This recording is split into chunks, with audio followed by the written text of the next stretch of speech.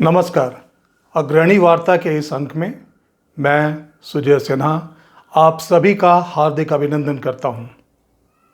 आज हम बात करेंगे बंगाल विधानसभा चुनाव 2026 और उसके संभावित परिणाम की।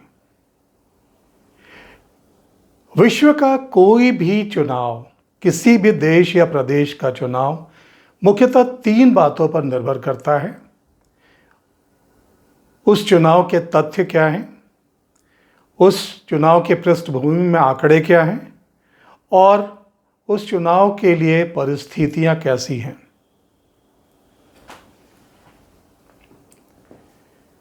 बंगाल जो 1947 में 2 भागों में बंट गया, पूर्वी बंगाल जो अब बांग्लादेश कहलाता है और पश्चिमी बंगाल जो बंगाल भारत देश का हिस्सा है।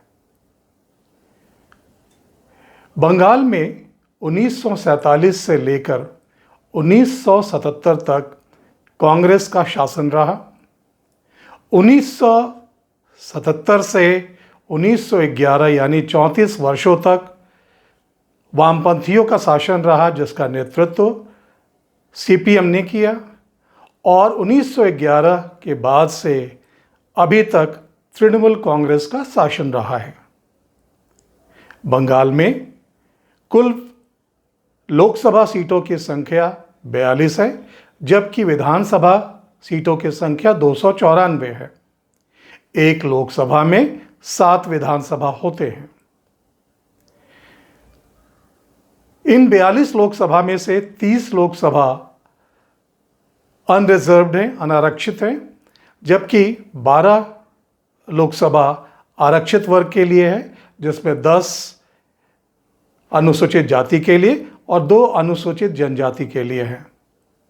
294 विधानसभाओं में 210 विधानसभा अनारक्षित है, जबकि 84 विधानसभा आरक्षित हैं, जिसमें 68 विधानसभा अनुसूचित जाति के लिए और 16 विधानसभा अनुसूचित जनजाति के लिए आरक्षित हैं। यदि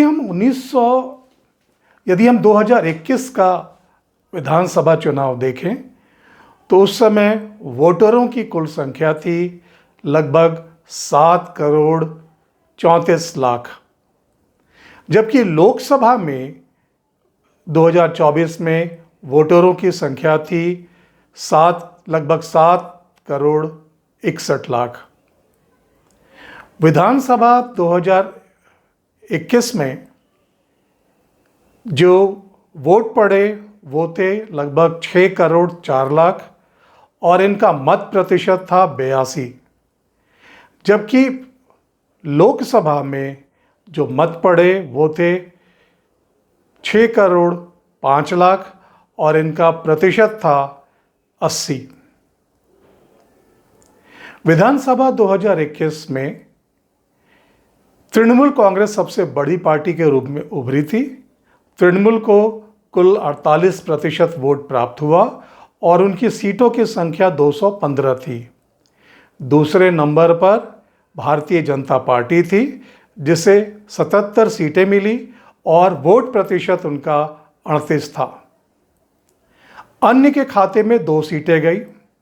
कांग्रेस और वामपंथियों को कोई भी सीट नहीं मिला। लोकसभा 2024 में तृणमूल कांग्रेस को 29 सीटें मिली, कांग्रेस को 1 सीट मिली और भारतीय जनता पार्टी को 12 सीटें मिली। लेकिन यहाँ पर लोकसभा में तृणमूल कांग्रेस का वोट प्रतिशत घट गया। तृणमूल कांग्रेस का वोट प्रतिशत 48 से घट करके 46 हो गया, जबकि भाजपा का वोट प्रतिशत 1% से बढ़कर 38 से 39% हो गया। तो यदि हम तुलना करें तो 2021 से 2024 में अगर हम तुलना करते हैं तो 2021 की विधानसभा से 2024 की लोकसभा तक अगर हम देखें तो ये जो वोट प्रतिशत है तृणमूल और भाजपा का, इसमें 3% की कमी आई। लोकसभा में ये अंतर 7% का रह गया, जबकि विधानसभा में ये 10% का अंतर था। विधानसभा 2021 में तृणमूल कांग्रेस भाजपा से लगभग 60 लाख वोटों से आगे थी, जो लोकसभा चुनाव में घटकर 42 लाख का अंतर रह गया। अब हम बात करेंगे कि बंगाल चुनाव की परिस्थितियां कैसी है। बंगाल चुनाव पे इस बार 2 कारक बहुत महत्वपूर्ण हैं। एक, जो विगत दिनों में बांग्लादेश में जो हालात, जो स्थिति स्थापित हुई, जो कायम हुई, बांग्लादेश की स्थिति का बहुत ज़्यादा प्रभाव इस बार बंगाल के चुनाव पर है। दूसरा, SIR का मुद्दा। सबसे पहले हम बात करते हैं कि बांग्लादेश के अंदरूनी हालात का बंगाल की राजनीति पे क्या प्रभाव पड़ा। बांग्लादेश के निर्माण के समय 1971 से पहले, जब ये पूर्वी पाकिस्तान था, तो 1947 में वहाँ हिंदुओं की कुल संख्या लगभग 28 से 30% थी, जो अब घट करके 7 से 8% रह गया है। बांग्लादेश में हिंदुओं का लगातार दमन हो रहा है, उन पर अत्याचार किए जा रहे हैं, उनके धार्मिक और सांस्कृतिक विचारों को प्रभावित किया जा रहा है, उन्हें बदला जा रहा है, उस पर कुठाराघात किया जा रहा है। इतना ही नहीं, 1947 से ही बहुत बड़ी संख्या में बांग्लादेशी घुसपैठिए भारत में आने लगे, घुसपैठ करने लगे। इसके अलावा जो हिंदू शरणार्थी थे बांग्लादेश में, उनका भी पलायन बंगाल में हुआ। अब तो रोहिंग्या भी बांग्लादेश के रास्ते भारत में घुसते चले जा रहे हैं। इन सब का परिणाम ये हुआ है कि बंगाल के डेमोग्राफी में भारी परिवर्तन हुआ है। बंगाल के जो सीमांत ज़िले हैं, जो बांग्लादेश को टच करते हैं, वहाँ पर डेमोग्राफी सबसे ज़्यादा प्रभावित हुई है।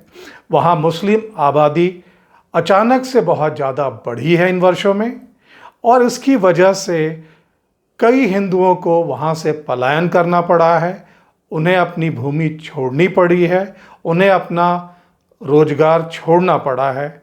इतना ही नहीं, ये जो घुसपैठिए वहाँ पे पहुँचे, इन्होंने इनके संस्कृति पे भी प्रभाव डाला और इन पे भी दबाव डाला कि ये इस्लामिक संस्कृति को अपनाना आरंभ करें। इन सब का परिणाम ये हुआ कि बंगाल के जनमानस पे इसके गंभीर असर हुए, गंभीर प्रभाव पड़ा, और बंगाल का जनमानस जो है वो डर और भय के वातावरण में जीने लगा। यहाँ तक कि बंगाली भद्रलोक, जो धार्मिक रूप से सहिष्णु होता है, उन्हें भी ऐसा लगा कि उनके सांस्कृतिक जो उनका अस्तित्व है वो खतरे में है, और इसलिए इस बार वो भी मंथन में है कि आगे क्या किया जाए। इन सब का व्यापक प्रभाव इस चुनाव पे पड़ता हुआ दिख रहा है। बंगाली वोटर्स, बंगाली हिंदू वोटर्स या गैर इस्लामिक जो वोटर्स हैं बंगाली, वो अपने मत का प्रयोग कहाँ करेंगे ये रत्ती भर भी प्रकट नहीं कर रहे हैं। वो किसी को नहीं बता रहे हैं कि इस बार वो किन्हें वोट करेंगे। जो दूसरा सबसे बड़ा प्रभाव है बंगाल के चुनाव पे, वो है SIR का प्रभाव। बंगाल के वोटर लिस्ट में से 91 लाख 91 लाख वो वोटर की जो संख्या है वो काटी गई हैं। जैसा मैंने आपको पहले बताया था कि विधानसभा में 60 लाख का अंतर था, जो लोकसभा में घट के 42 लाख रह गया। ये जो 91 लाख वोट कटे हैं, ये वोट मुख्य तौर से तृणमूल कांग्रेस के प्रति तो होते हैं, और ऐसे स्थिति में इतने वोट कटने से तृणमूल कांग्रेस को जो भाजपा पे एक बढ़त मिली हुई थी वो समाप्त हो जाती है, और संभवतः वो ऋणात्मक स्थिति में स्तर पर पहुंच जाती है। तो इस एसआईआर का प्रभाव बंगाल के चुनाव पे बहुत ज़्यादा होगा और यहाँ एडवांटेज बीजेपी दिखने लगा है। इसके अलावा हम देखेंगे कि रोजगार की कमी, बेरोजगारी एक बहुत बड़ा मुद्दा है।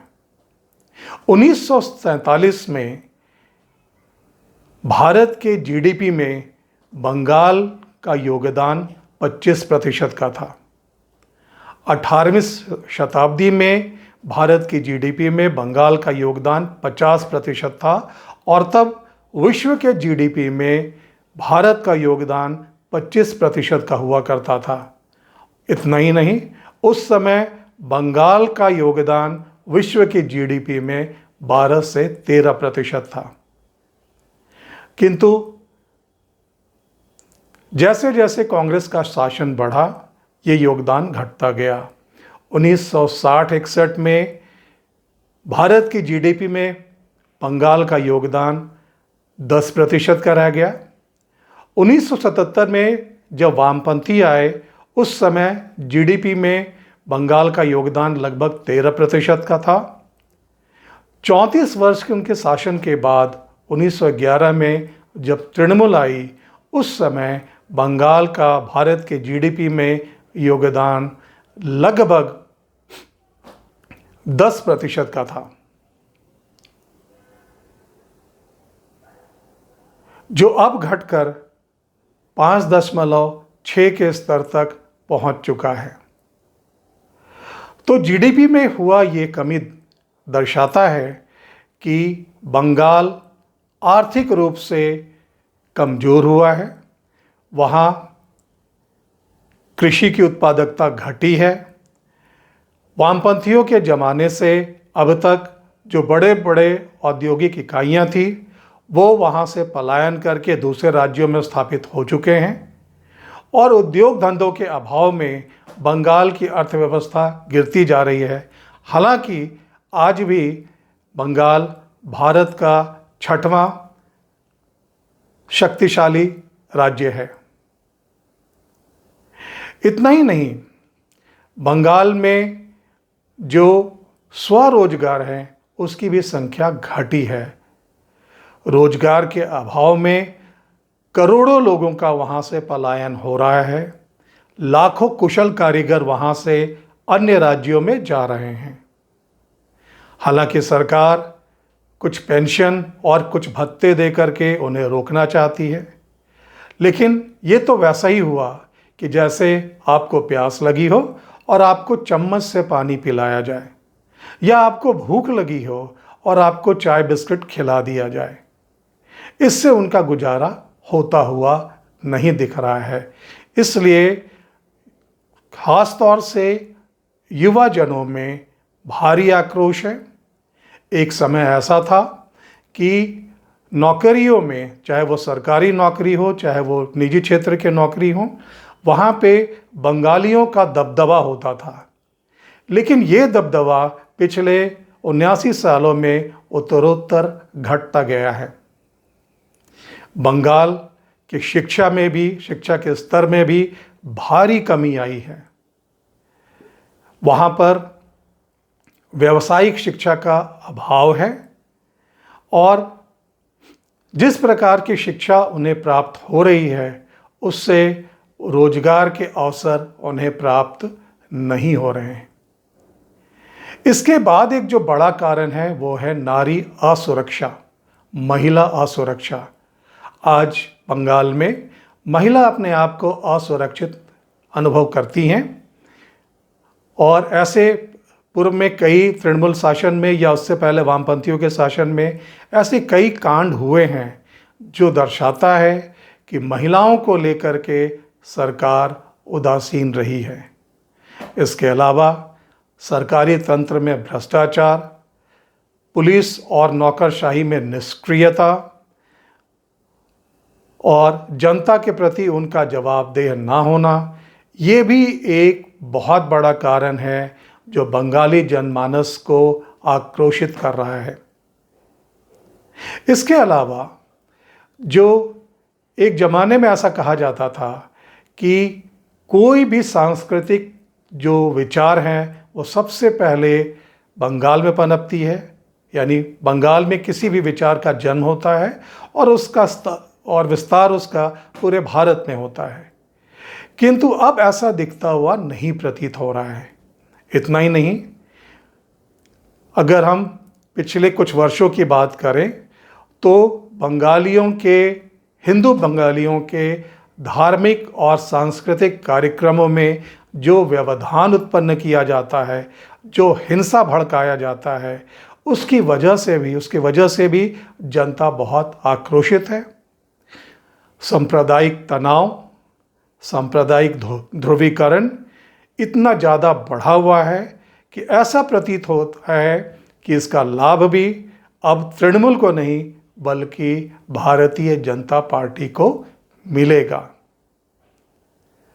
तो इन सारी पृष्ठभूमि में अगर हम देखें तो ऐसा प्रतीत होता है कि इस बार सत्तारूढ़ तृणमूल कांग्रेस को सीटों की संख्या में भारी नुकसान होगा। प्रथम चरण जो कि 23 अप्रैल को है, उससे पहले यह दिख रहा है कि तृणमूल कांग्रेस को 70 से 90 सीटों का नुकसान हो सकता है। जो दूसरे चरण के चुनाव जो 29 अप्रैल को है, वहाँ तक पहुँचते पहुँचते लगभग 120 सीटें घटने का अंदेशा है तृणमूल कांग्रेस को।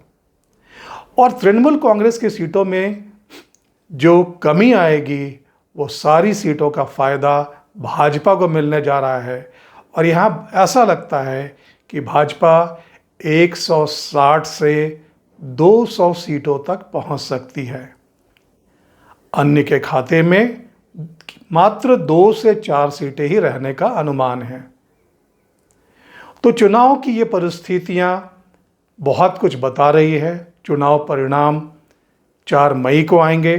4 मई को ये स्पष्ट हो जाएगा कि किस पार्टी की सरकार बंगाल में बनेगी। तो इस अंक में इतना ही। मिलते हैं अगले अंक में। बहुत बहुत धन्यवाद।